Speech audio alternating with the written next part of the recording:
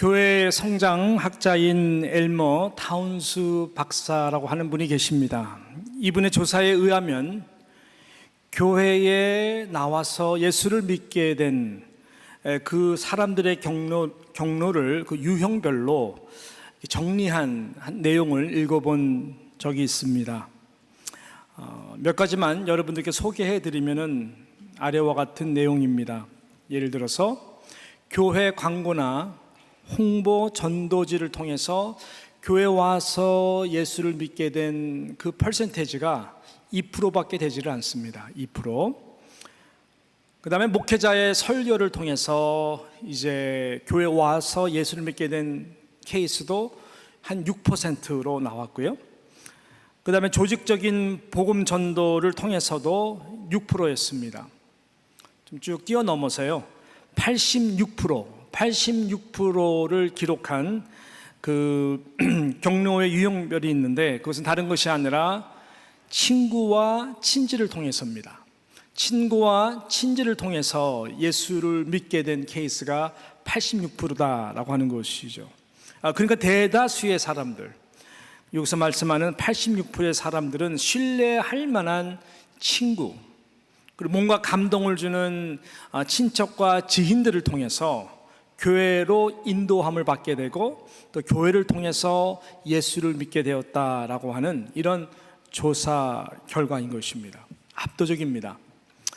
사랑하는 성도 여러분, 그래서요, 우리가 증거적 삶, 예수 그리스도를 증거하는 이 증거적 삶은 해도 되고 안 돼도 되는 것이 아니라 우리의 본질, 우리의 그리스도인의 영적 DNA 자체가 항상 그렇게 돼야 되거든요. 그런 차원에서 볼 때에 이 증거적 삶은 어떤 전도 프로그램 통해서만 만들어지는 것이 아닌 것이죠. 물론 제가 그런 전도 프로그램들을 지금 무시해서 하는 말이 절대로 아닙니다. 필요합니다. 저도 전도 폭발 훈련 열심히 받았었고, 또 그 다음에 고구마 전도도 당연히 훈련을 받았었고, 그리고 브릿지라든지 사역리라든지 그 외 여러 전도의 컨텐츠를 훈련 통해서 또 필드를 통해서 많은 사람들에게 이러한 전도의 툴로 전도도 참 많이 했었습니다. 제 안에는 아직도 이러한 전도에 대한 복음의 어떤 그 시스테매틱한 그러한 컨텐츠도 자리 잡고 있는 것도 사실입니다. 이런 무장된 훈련도 당연히 필요합니다. 그러나 여러분, 가장 중요한 것은 다른 것이 아니라 우리 삶 속에서 이미 하나님께서 가까이 붙여준 그러한 사람들과의 관계 속에서요, 무엇보다 그 만나게 해주신 그 한 영혼들에게 향한 그 영혼을 사랑하는 그 마음이 가장 중요하다고 하는 이 사실을 꼭 기억해 주시기를 부탁드리겠습니다. 그렇습니다, 여러분. 영혼 구원은요, 영혼에 관한 것입니다. 그래서 영혼 구원은 그 영혼을 사랑하는 영혼을 통해서 그 영혼 구원이 가능한 것입니다.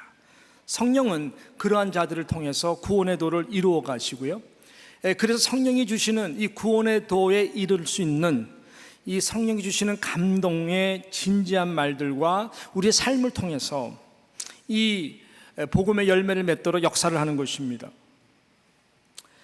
자, 오늘 본문은 이 기독교 역사상 첫 복음 전도를 소개하는 이런 내용의 말씀입니다. 그리고 이 복음 전도를 통해서 첫 기독교의 신앙 공동체가 잉태된 사건 또한 기록하고 있는 이 귀한 내용의 말씀입니다. 그 중심에는 듣는 귀가 있었어요. 듣는 귀가 있었고, 그리고 믿는 마음이 생겨났고, 무엇보다 가장 가까운 식구에게 복음을 증거하고 싶은 마음, 그리고 주님을 앞으로 인도하는 이 놀라운 순종을 통해서 하나님께서는 복음의 놀라운 열매를 만드신 것이죠. 그리고 이 모든 구원의 과정을 이루는 이 가운데에 성령께서 무엇보다 저들 입술 가운데에 주시는 이 강력한 말들이 있었다라고 하는 것입니다. 더더욱 중요한 것, 오늘 메시지의 중심입니다. 그 모든 말의 중심에는 오직 예수 그리스도였다라고 하는 것이죠. 사랑하는 성도 여러분, 그러므로 우리들의 언어는 늘 점검되어야 됩니다. 그리고 변화가 되도록 성령님께 도움을 요청하고 또한 여러분께서 영적으로 많이 노력하셔야 됩니다. 여러분의 단어들이 여러분 예수 그리스도화되고 예수 그리스도 중심으로 바뀌게 될 때에 여러분의 영혼도 변화되게 될 것이고 자동적으로 예루살렘과 땅끝까지 이르러 하나님이 붙여주시는 영혼들을 통해서 여러분의 삶을 통하여 하나님께서는 이 증인적 삶을 살아가도록 역사하실 것입니다. 오늘 본문에 나오는 이 안드레라고 하는 이 인물이 바로 그런 인물이었습니다. 안드레는 많은 사람들이 성경을 통해서 많이 브링업하는 그러한 이름이 아니죠. 워낙 안드레는 베드로, 요한, 야고보, 예수님을 사랑했던 그 세 제자 많이 하이라이트를 받았죠. 나중에 나와서는 바나바, 바울 이런 거장들한테 가려져서 그런지 우리가 안드레를 많이 브링업하지는 않습니다. 그러나 여러분, 안드레는 굉장한 인물, 중요한 인물이었습니다. 왜냐하면 안드레는 첫 복음 전도의 열매였기 때문에 그렇습니다. He's the first fruit. 이 복음 전도의 첫 구원의 열매가 안드레입니다. 그리고 안드레는요, 예수님의 첫 제자입니다. 안드레의 더더욱 귀한 것은 다른 것이 아니라 예수 그리스도를 통해서 첫 복음으로 영접하여 구원을 받고 예수님의 첫 제자가 됐을 뿐만 아니라 그가 바로 친형인 베드로를 예수 그리스도 앞으로 데려와 인도하고 전도해서 예수 그리스도를 만나게 한 인물이 바로 안드레입니다. 안드레를 통해서 형 베드로가 구원을 받게 된 것이죠. 이 초대교회의 굉장한 인물, 이 베드로가 안드레를 통해서. 자, 우리 본문으로 같이 함께 들어가 보도록 하겠는데요. 이 본문에 들어가면 우리 35절, 36절 말씀을 우리 먼저 한번 같이 함께 읽도록 하겠습니다. 어떻게 말씀하나요? 시작. 또 이튿날 요한이 자기 제자 중 두 사람과 함께 섰다가 예수의 건의심을 보고 말하되 보라, 하나님의 어린 양이로다. 여기서 또 이튿날 요한이라고 말할 때 이 요한은 세례 요한입니다. 세례 요한. 이 세례 요한에게도 제자들이 있었는데 오늘 본문에 보니까 두 제자를 말을 하는데 그 중에 한 사람이 안드레입니다. 안드레고 그 다른 한 사람에 대한 이름은 기록되어 있지 않지만 많은 성경학자들은 바로 이 말씀을 쓴 나중에 사도 요한일 것이다 라고 이야기를 하는데 그 추측이 맞습니다. 그래서 본문은 이 세례 요한과 이 두 제자가 함께 서 있는 가운데에 예수 그리스도가 지나가는 것을 저들이 보게 됩니다. 세례 요한이 먼저 주목해서 보고 그 다음에 이 두 제자들이 그 예수 그리스도를 바라보고 있는 장면이 나오고 있는 것입니다. 여러분, 그 지나가는 예수 그리스도를 보고 이 강력한 성령의 감동으로 하나님께서 세례 요한 입술 가운데 주신 구원의 도가 이르도록 하니 강력한 말씀이 선포되지 않습니까? 이것이 중요한 것이죠. 어떻게 세례 요한이 예수 그리스도를 보고 어떠한 말로 말씀하고 있습니까? 36절 말씀이죠. 예수의 건의심을 보고 말하되 보라, 하나님의 어린 양이로다. 아멘. 보라, 하나님의 어린 양이로다 라고 이 세례 요한이 예수 그리스도를 보면서 증거하고 있습니다. 보통 말이 아니죠. 복음의 전부라고 말할 수 있을 정도로 이 함축된 이 단어 속에는 정말로 귀한 이 생명을 살리는 이 말씀이 그 가운데 있는 것입니다. 여러분, 세례 요한은 예수님에 대해서 설명한 것이 아닙니다. 세례 요한은 지금 예수 그리스도를 볼 때에 가슴이 아픈 것입니다. 아린 가슴을 가지고 그 예수 그리스도를 말하는 것입니다. 왜냐하면 주님을 볼 때 적어도 세례 요한의 심령 가운데 성령의 감동으로 예수 그리스도 하면은 너무나 아린 가슴, 아픈 가슴으로 하나님의 어린 양이로다. 이 고백이 나오는 것이죠. 여러분, 이 말은 처음으로 세례 요한이 전한 내용의 말씀이 아닙니다. 여러분께서 한 6절 정도 뒤로 내려가시면은 29절이 나옵니다. 요한복음 1장 29절은 정말 유명한 말씀이죠. 요한복음 1장 29절에 세례 요한이 어떻게 말을 합니까? 세례 요한이 제자들과 함께 있을 때가 아니라 많은 무리들 앞에서 이렇게 당신 앞에 세례를 받으러 나오는 예수 그리스도를 바라보면서 이렇게 말합니다. 어떻게 말하죠? 이튿날 요한이 예수께서 자기에게 나오심을 보고 이르되 보라, 세상 죄를 지고 가는 하나님의 어린 양이로다 라고 비슷한 말씀을 말씀하십니다. 그 다음에 제자들과 함께도 하나님의 어린 양이로다, 세상 죄를 지고 가는 하나님의 어린 양이로다. 세상 죄를 지고 가는 예수님의 가느다란, 여러분 어깨를 볼 때에 세례 요한이 성령의 감동을 느끼는 감정이 무엇입니까?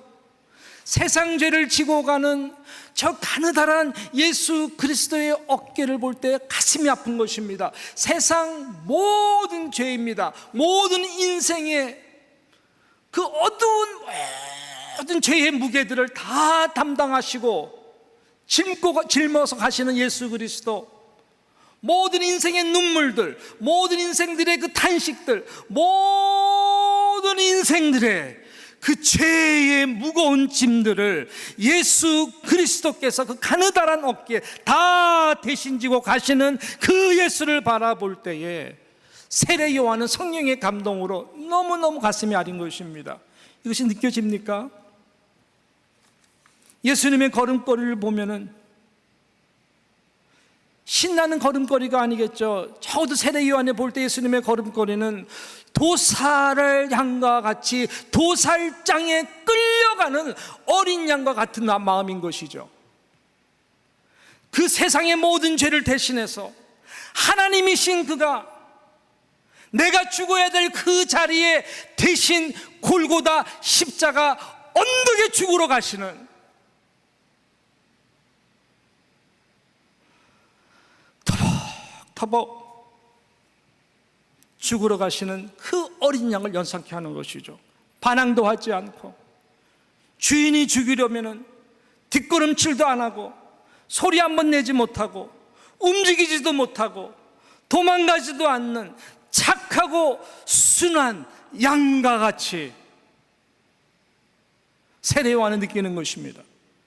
세례 요한, 당신의 죄를 대신해서 까지도 십자가에서 온갖 고통을 당해야 되는, 온몸이 갈기갈기 찢어서 낭자해버리는 구약시대의 그 어린 양이 갈기갈기 찢어지는 그 모습이 하나님이신 아들 예수 그리스도를 통해서 세례 요한은 지금 보이는 거예요, 여러분.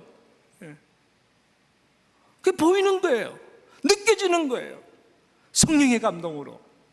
그것이 세례 요한이 예수 그리스도를 봤을 때의 그 전율에 오는 이 마음의, 영혼의 표현인 것입니다. 이게 복음이거든요. 이게 복음이거든요. 이 짧은 이 한마디, 나를 향한 이 십자가의 죄에 대한 용서와 죽음, 그리고 나를 향한 최고의 하나님의 헌신적인 사랑과 이 감사의 마음을 담아서 지금 세례 요한이 이 두 제자 앞에서 하나님의 어린 양이로다, 이 말을 지금 바로 옆에 있는 이 두 제자가 듣습니다. 감동을 받는 거죠. 감동. 그 말에, 톤에, 이러한 마음에 그 영이 담겨져 있기 때문에 전달이 되는 것입니다. 그 말만 듣고 성령의 감동으로 안드레와 요한은 그 예수를 보게 됩니다. 지금 세례 요한을 보는 것도 아니고 세례 요한의 말을 통해서 세례 요한이 그렇게 전하는 예수 그리스도를 그러한 시각에서 보게 되는 것이죠. 끌리는 것입니다.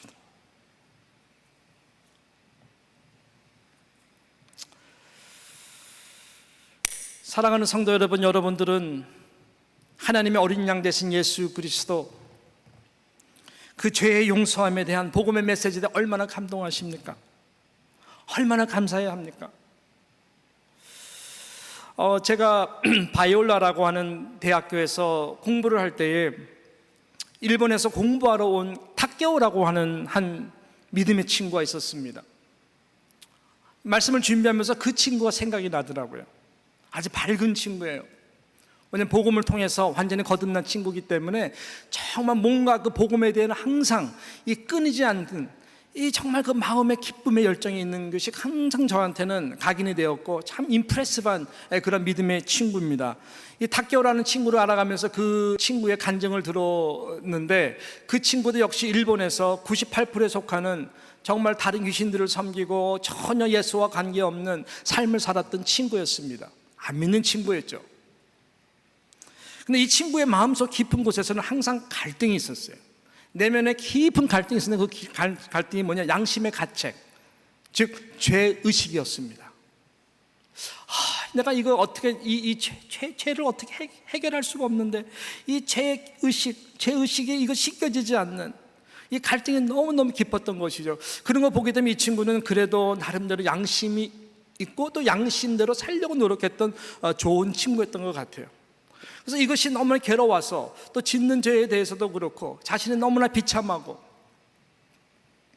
그러면서 그냥 망각하고 잊고 뭐 다른 사람은 다 이렇게 살아가니까 라고 겉에만 이렇게 적당히 그냥 칠하고 살아가려고 했는데 너무나 그 괴로움이 힘들었다라고 하는 것이죠. 자, 그러다가 그 대학교에서 CCC라고 하는 그 선교단체에 속해 있는 한 일본 친구를 어떻게 만나게 됩니다. 또 사귀게 됩니다. 이것이 이 타케오한테는 놀라운 터닝 포인트였죠. 친구다 보니까는 당신의 이런 고민들을 내어놓고 얘기했을 때 그 CCC에 있는 그 친구가 복음을 전한 것입니다. 바로 예수 그리스도. 예수 그리스도만이 우리의 죄를 사할 수 있는 하나님의 아들인 것을 복음을 통해서 설명을 하는데, 워낙 이 부분에 있어서 굉장히 고민하고 괴로워했던 타케오이기 때문에 그 복음이 정말 복음이었던 거예요. 그래서 그 복음을 예수를 믿음으로 말미암아 성령께서 역사함으로 죄 사함을 받은 그 기쁨을 누리게 되었다라는 것이죠. 할렐루야. 친구, 그 은혜가 임했던 것입니다. 너무너무 기뻤다고요. 너무너무 기뻐가지고 이 자기와 같은 고문에 있는 사람 하나님이 붙여주면은 그 사람에게 똑같이 복음을 증거하고 눈빛이 달라졌으니까, 말의 톤이 달라졌으니까, 이 영이 달라졌으니까 성령께서 일하시는 것이죠. 그래가지고 많은 자들을 전도했다라고 하는 그 고백이 너무나 기억이 나요. 그래서 미국에 온 것은 신학을 자기가 이제 하고 그 다음에 다시 목사가 되어서 돌아가서 일본에 가서 자기와 같이 복음을 알지 못하는 이 죄 용서함에 대해서 너무나 괴로워하는 영혼들을부터 자유하고 회방시키는 예수 그리스도를 증거하기 위해서 자기가 평생 살겠노라고 그때 그 친구가 기억이 납니다. 그 다음부터는 연락이 안 됐는데 저는 분명히 믿습니다. 이 형제의 눈빛이 아직까지 기억나거든요. 그 형제는 분명히 이 죄사함에 대한 기쁨과 감사, 이 복음을 가지고 많은 영혼들에게 이 귀한 복음을 증거하는 전도자가 되었을 것입니다.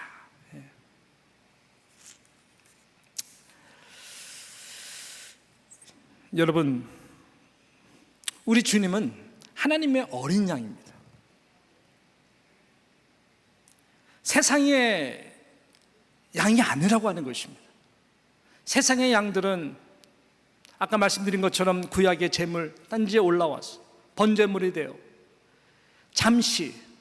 잠시의 죄사함을 위해서 대신 드려졌지만, 그래서 계속해서 그 번제물은 올라가야 되고 또 올라가야 되고 올라가야지만, 하나님의 어린 양 예수 그리스도는 완전한 하나님이시고 그러므로 예수 그리스도는 완전한 인간이시므로 죄가 없는 인간이셨기 때문에 그의 보혈의 피는 단번에 그 예수 그리스도의 피로 모든 영혼을 용서할 수가 있는 것이죠. 바로 그 용서를 위해서, 죄사함을 위해서 하나님의 어린 양으로 예수 그리스도는 오신 것입니다. 그래서 저와 여러분이 죄사함을 받게 된 줄로 믿습니다. 여러분이 어린 양 예수를 얼마나 날마다 묵상하며 감사하고 기뻐하십니까? 나를 위한 이 어린 양 예수 그리스도, 여러분 예배의 자리에 올 때도 그분이 중심이어야 됩니다. 그리고 그분만을 묵상하고 여러분께서 앉으셔야 됩니다. 그리고 예배의 거룩한 지성소의 자리로 나아가야 됩니다. 그분의 보혈을 통과하고 나가야 됩니다. 예배의 중심은 예수 그리스도 어린 양의 보혈의 피를 통해서 우리는 하나님의 거룩한 보좌 앞에 나아갈 수가 있고, 예배의 중심은 죽으시고 부활하신, 영원히 예배를 받으실 그 부활하신 영광의 어린 양 보좌 앞에 우리 모두가 나아가는 것이기 때문에 그런 것입니다. 예수 그리스도, 그분을 생각하면 이 나를 위해 죽으신 예수 그리스도에 대한 아픔이 있어야 되고요, 나를 위해 죽으시고 부활하신 그 영원토록 우리가 경배할 예수 그리스도를 보게 다시 한번 힘을 얻고 기쁨과 감사와 감격으로 나아가야 되는 것이죠. 그 예수 그리스도가 중심이어야 됩니다. 혹시 이 자리에 오늘 그냥 예배 와서 드리는 분 계십니까? 예수 그리스도는 지금도 우리 앞에 지나갑니다. 제 뒤에 서 계시고 지금 이 자리에 계시고, 무소부사하신 예수 그리스도는 우리 가운데에 예수 그리스도 보혈의 피를 통해서 영광의 보좌 앞에 갈 수 있도록 예수 그리스도는 지금도 우리 곁에 계십니다.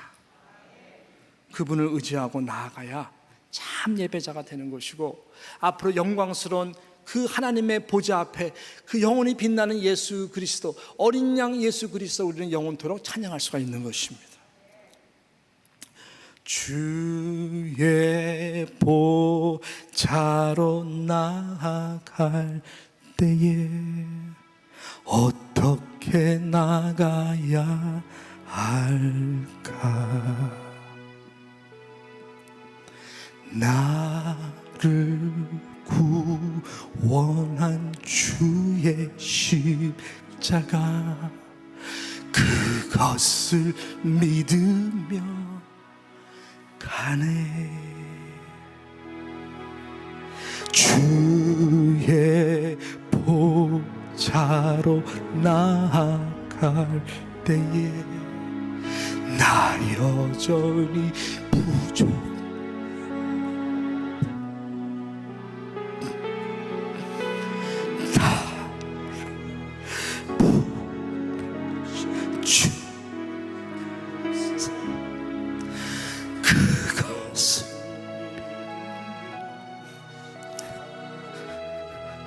제가 어떻게 잘해줄 수 있겠습니까? 제가 어떻게 자리에 서서 거룩한 하나님의 말씀을 증거할 수 있겠습니까? 저와 여러분은 어떻게 성도가 될 수 있을까요? 저와 여러분은 어떻게 이 거룩한 교회의 직분을 맡고 우리가 영광의 예배자에 나와서 예배 드릴 수 있을까요? 이 가운데에 나의 의가 있는 자 계십니까? 회개하셔야 됩니다. 우리 모두는 다 똑같은 죄인, 오직 예수 그리스도의 보혈의 피만이 우리를 의롭게 하는 것이죠. 자격 없는 내 힘이 아닌 오직 예수님의 보혈로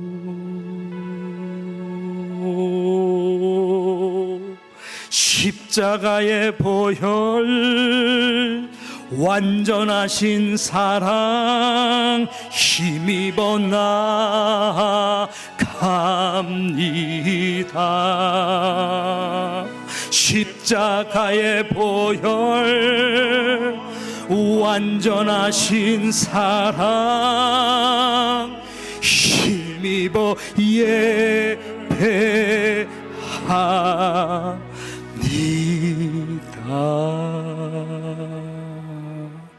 여러분, 예배 자리에 나와서 이 예수 그리스도의 하나님의 어린 양 대신 보혈의 피를 담겨지고 만나지 않으면 예배자가 될 수가 없어요. 하나님이 받으시는 예배가 될 수가 없어요. 이것이 무엇이 문제일까요? 언젠가 이 어린 양 영광스러운 보좌 앞에 우리 모두가 영원토록 흰옷 세마포를 다 입고 종려가지를 들고 모든 구원하심이 어린 양, 구원의 보좌 어린 양으로부터 나온다라고 하는 그 영광스러운 찬양을 할 수가 없는 것입니다. 그래서 우리는 이 땅의 예배 가운데에 예수 그리스도가 나의 어린 양 보혈의 피가 된 것을 날마다 고백하고 예배의 자리에 나올 때마다 회개하고 나아가야 하나님이 받으시는 예배가 되는 것이죠. 실은 우리가 복음전도 왜 합니까? 예? 선교를 왜 합니까? 그 자체를 위한 건 아니거든요. 예배자로 만들기 위한 거예요. 하나님이 받으시는 영광은 예배거든요. 구원받은 하나님의 백성들이 이 용서함의 감격을 가지고 피 묻은 복음을 가지고 그것이 중심이 되어서 예배하는 거예요. 하나님은 열방 가운데 이 예배를 받기 원하셔서 전도하라고 하시는 것이고 선교하라고 하는 것이고 땅끝까지 이 예배자들을 찾고 계시는 것입니다. 여러분, 안드레가 이 주님을 만난 거예요. 세례 요한의 하나님의 어린 양이로다. 저 예수가 하나님의 어린 양이다. 감동받고 그 예수를 쫓아간 거예요. 그 다음에 어떻게 됩니까? 그 다음에 안드레가 변하죠. 탁기오가 변한 것처럼 안드레가 변하죠. 그 어린 양 예수 그리스도를 통해서 정말 자신의 죄를 깨닫고 예수 그리스도를 통해서 죄 사함을 얻고, 분명한 것은 예수님께서 와서 보라, come and see, 그 쫓고자 하는 두 사람을 초청합니다. 그리고 39절에 보게 되면 그러므로 그들이 가서 계신 데를 보고 그날 함께 거하니 때가 10시쯤 되었더라 라고 39절에 말씀합니다.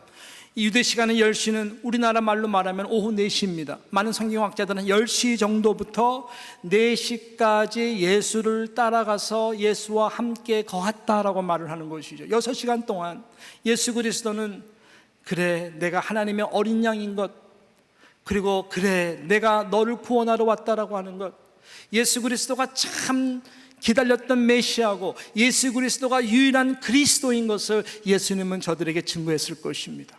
여러분, 이 복음의 메시지를 들은 저들은 가만히 있을 수가 없었어요. 안드레가 그 다음에 보니까는 바로 이 말을 듣고 어떻게 했습니까? 가장 자기가 사랑하는 거친 형, 다듬어지지 않은 형, 무식한 갈릴리 어부 이 베드로, 시몬이라고 하는 이름의 베드로, 자기 형이 생각이 난 거예요. 그래서 안드레는 그 형을 향해서 달려갑니다. 문을 팍 차고 나갑니다. 그리고 41절에 보니까 그가 먼저 자기 형제 시몬을 찾아 말하되 우리가 메시아를 만났다 하고 라고 말합니다. 데리고 예수께로 오니 라고 말하고 있습니다. 그 사랑하는 형, 무식한 형, 그저 본 것은 그냥 고기만 얻고 새벽 일찍부터 씩씩거리면서 뭐 안 잡히면 욕이나 하고, 그거 얼마나 거칠어요. 그냥 칼로 그냥 항상 그 뭐 생선 잡고. 그 형에게 형 내가 메시아를 만났어. 형 내가 그리스도를 만났어. 내가 구원자를 만났어. 형 가야 돼. Come and see. 예수님께서 말씀하셨던 와 보라가 바로 전염이 되어서 안드레가 와 보라 형, 와 보라라니까, 와서 보라니까 그 예수 그리스도를 만날 수 있도록 인도하는 이 안드레의 놀라운 변화입니다. 영혼 사랑이 생긴 거죠.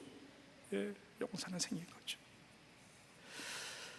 베드로가 끌려가요.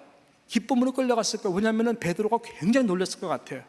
제가 평소에는 저러지 않았는데 아침에 나갈 때만 해도 눈이 그냥 흐리부리했는데 갑자기 문을 팍 차고 들어와가지고 형!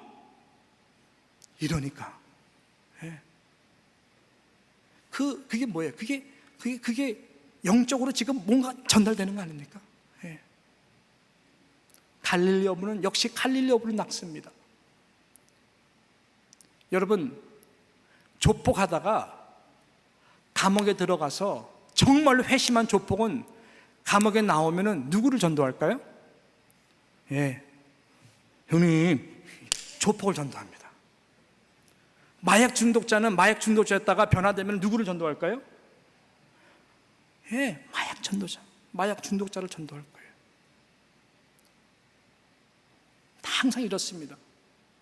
뭐 법조계는 법조계, 과학자는 과학자들, 다 층계가 다르고 스펙트럼이 다르지만은 여러분, 예수 그리스도를 만난 사람들은 정말로 그 분야에서 만나는 모든 자들에게 아까 말씀했던 그 86%가 되도록 하기 위하여 그 예수 그리스도를 증거하고요, 성령께서 그 가운데에 역사하셔서 그 영혼들을 예수 그리스도 앞으로 돌아오게 하는 이 놀라운 은혜를 하나님께서는 하시는 것이죠.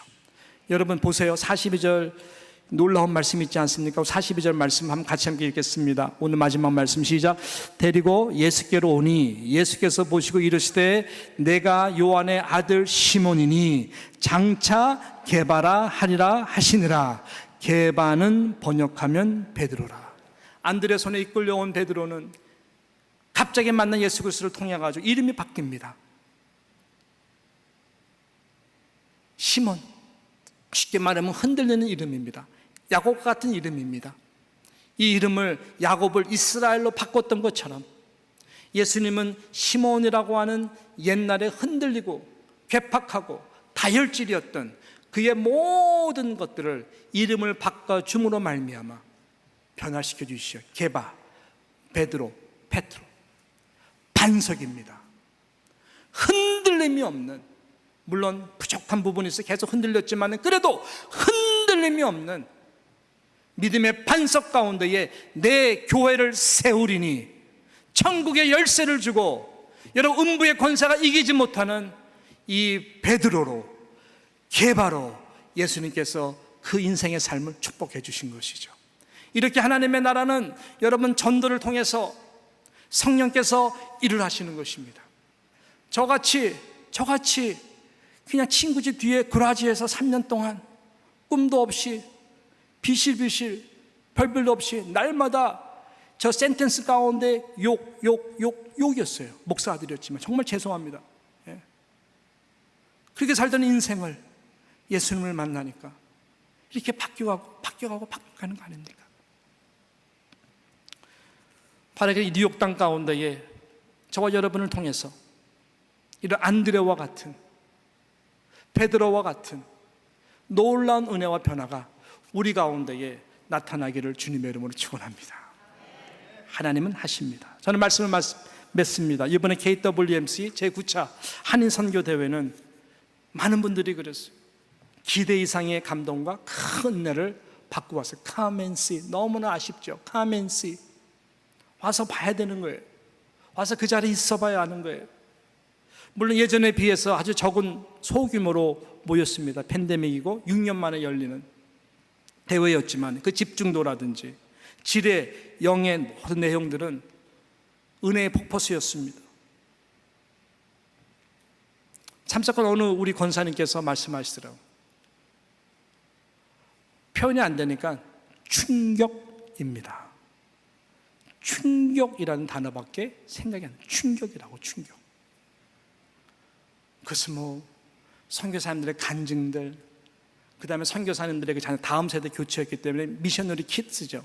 이 선교사 자녀들이 선교지에 끌려가가지고 부모님이 선교 헌신했지, 자신들은 그 정말 어떻게 보면 열악한 환경 가운데에서 모든 디스애드밴티지 상황 가운데서 때로는 아프리카로, 때로는 동남아시아로, 때로는 소련으로 여러 군데 가서 그 상처 많은 MK 아이들이요, 이번 대회를 통해서 1대와 2대가 얼마나 서로 화합하고 눈물로 부모님께 사랑한다고 하고 부모님 정말 존경한다고, 그렇지만 자신들의 아픔이 있는 거 좀 이해해달라고. 그러면서 그 MK 아이들이 세계적 네트워킹 해가지고요, 간증도 하고 서로 이걸 KWMK 그래가지고 그냥 키ds, 미셔너리 키ds 만들어서 얘네들이 좀 복음을 위해서 다시 한번 디아스포라, 하나님이 그 나라의 이런 문화와 이러한 모든 언어와 모든 것들을 이 부모님의 이 헌신을 통해서 주신 예수 그리스도를 발견함으로 말미암아 헌신하는 이 아름다운 선교의 대안이 그 가운데에 보이는 것을 보고 모두가 감동했습니다. 그러니까 충격이라고 하는 것은 감동을 뛰어넘는 은혜들이 너무나 많았어요. 그리고 그 교회를, 그 모든 이벤트를 호스트하는 워싱턴 중앙장로교회, 뭐 천사와 같이 장로님 한 집사님 모두가 함께 일주일 동안 휴가를 다 내가지고 모든 봉사들을 다 하고 교회 협력해서 밴 운전해서 다 동원하고 선교사님들 다 픽업하고, 그런 것을 보면서 충격받는 거죠. 무엇보다 이 집회가 가장 영광스럽고 은혜되는 건 다른 것이 아니에요, 여러분. 이 주제, 예수 온 인류의 소망, 예수 온 인류의 소망, 어제나 오늘은 영원토록 변함없는 이 절대적인 진리, 예수가 온 인류의 소망인 것을 모든 선교사님들이 간증을 하고 모든 MK들이 다 간증을 하고 그 자리에 참석한 모든 성도들이 찬송과 말씀과 예배와 교제 속에 모든 중심은 오직 예수 그리스도였거든요. 그러니까 하나님의 영광을 받으시는 거예요. 그 가운데 복음의 역사가 일어나는 것이죠. 이 땅 가운데 교회의 문제들이 뭘까요? 왜 우리는 마지막 때를 살면서 이렇게 힘없이 살아갈까요? 과연 팬데믹 때문일까요? 과연 코로나 바이러스 때문에 그럴까요? 아니에요, 여러분. 아니에요. 모든 교회의 문제들은 예수 그리스도가 집중되지 않아서 그래요. 예수 그리스도의 이름이 우리의 상처와 우리의 무엇 때문에 완전히 조각처럼 다 흐트러져 가지고 집중을 못하게 만드는 거예요. 예수 그리스도가 다시 우리의 모든 집중이 된다면, 예수 그리스도의 보혈의 어린 양의 피에서 우리가 모두가 십자가에서 녹아진다면, 다시 오실 예수 그리스도에 집중을 하여서 우리가 먹든지 마시든지 무엇을 하든지 여기에 다 모두가 집중할 수 있다면 교회는 이룰 수가 없는 거죠. 교회는 반드시 복음의 능력을 다 회복하게 될 것입니다. 이 은혜가 우리 모두 다 부족하지만 다시 회복되어서 이 땅에 왜 교회를 세워주셨고 모이는 교회를 우리가 왜 예배를 드려야 되는지, 이 예배를 통해서 우리가 왜 세상에 흩어져야 되는지, 그 본질적인 이 부르심과 예수 그리스도 십자가에서 죽기까지 죽으신 그 이유와 소명과 사명을 함께 발견할 수 있는, 더욱더 우리가 새로워지고, 오직 예수 외에는 답이 없거든요. 이 진리의 답 안에서 우리 모두가 다시 한번 우리의 언어가 바뀌고 오직 예수 그리스도 중심의 삶이 되기를 진심으로 축원합니다. 이걸 위해서 기도해 주세요. 기도합니다.